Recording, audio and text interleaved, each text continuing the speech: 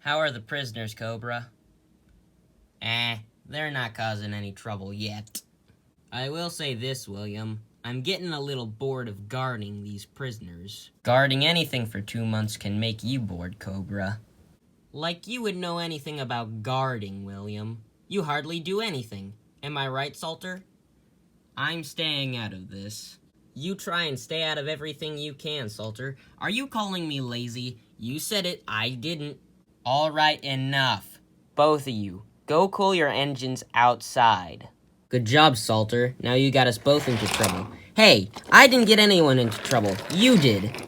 Those Furnace Kingdom engines aren't really nice to each other, are they? Said Stanley. I'm pretty sure they used to be nice to each other, said Edward. But I think all that changed when Albert showed up in their kingdom. Who is Albert? Asked Stanley. I mean, I've seen him myself, but you, on the day Sodor was conquered, when you saw him, you gasped and said his name, as if you knew him before.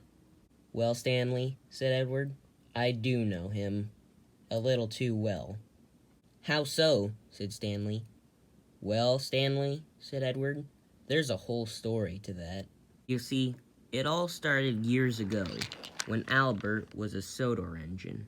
Wait, Albert used to be a Sodor engine? Albert used to be a Sodor engine? Yes, Albert used to be a Sodor engine. Yes, Albert used to be a Sodor engine. Can I continue with the story?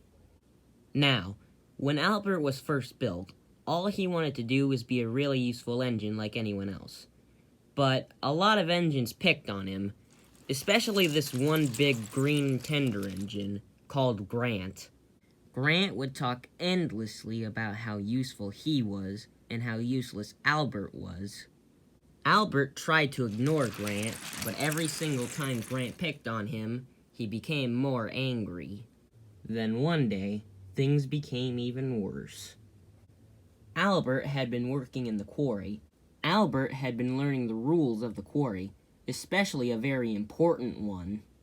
There were 2 sharp bends to the entrance and exit of the quarry. If engines weren't careful, they could derail and block the other line.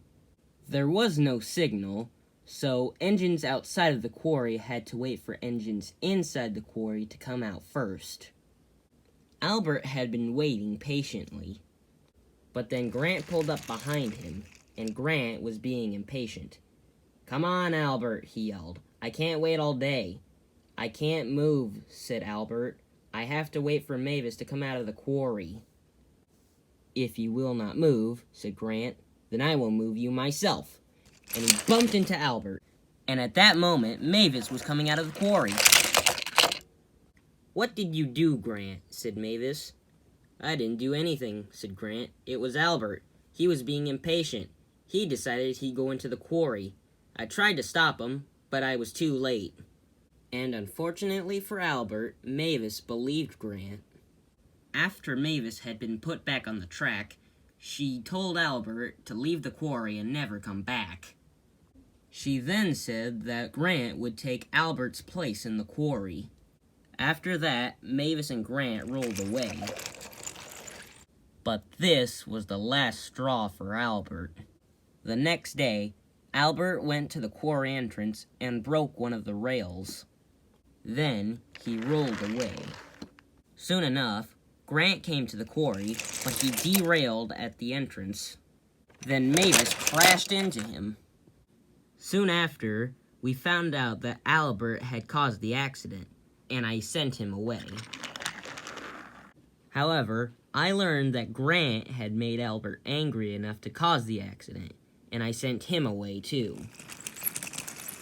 So that's why Albert doesn't like Sodor, because he was sent away.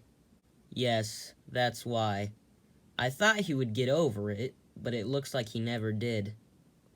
I wish I would have stopped Grant from picking on Albert, but I guess it's too late now. Don't worry, Edward, said Stanley. All we can do now is hope that Thomas and the others can stop Albert. So that's Albert's story.